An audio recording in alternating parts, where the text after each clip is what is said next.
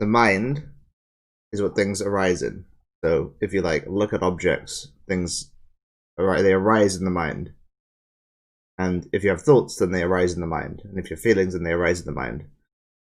And this idea of a mind is something which is kind of built up just by objects existing in your perception.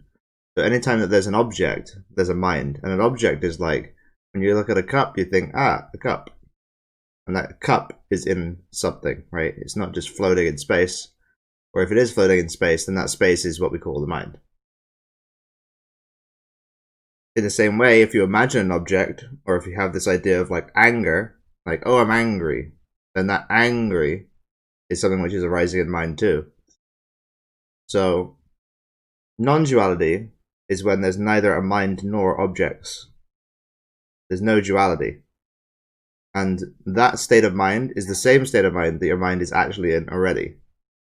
The only reason it doesn't appear that way is because it's being split into two, a duality. And that duality is mind and objects. So if you split your mind into mind and objects, then you have a dual perception. But if you don't, then you have a non-dual perception. Problem is, it's the same mind essence at the root of both of them. So the non-dual mind is the dual mind, because even though you're splitting the non-dual mind into two, into mind and objects, it's still the same mind. And you can find that same mind in your own mind just by seeing it.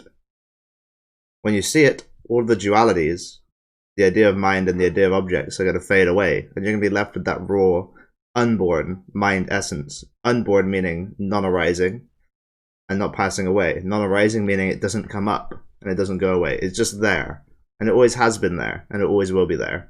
And everyone has the same mind, and that mind is the unborn mind, the non-arising mind, the non-dual mind.